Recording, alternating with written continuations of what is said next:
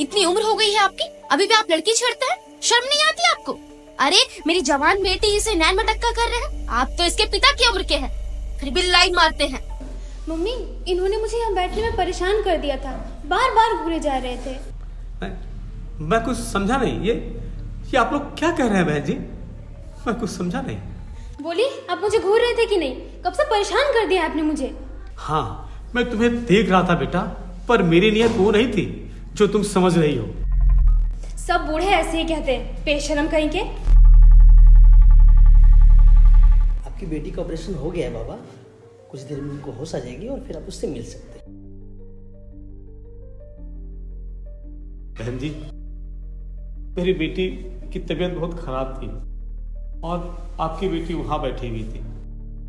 मुझे आपकी बेटी में मेरी बेटी की छवि दिख रही थी, इसीलिए मैं बार बार उसे देख रहा था। मेरे मन में कोई खोट नहीं थी बहन जी।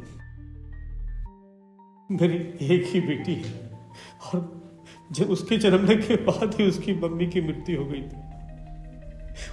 उसके पेट में गॉल ब्लैडर में पथरी हो गई थी।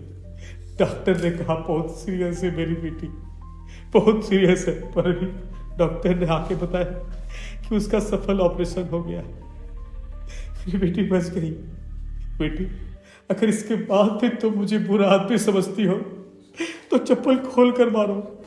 अरे बेटा, मुझे माफ कर दीजिए, मैंने आपकी भावनाओं को पढ़ने में गलती कर दी। ये तुम्हारा दोष नहीं है बेटा, ये तो वातावरण का दोष है। आज के हालात ऐसे हैं, लोग समझ नहीं पाते।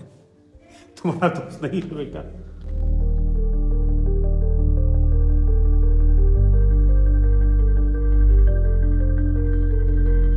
अपने नजरिए को सुधारने की आवश्यकता है। सबको सबके जैसा समझना सही नहीं होता।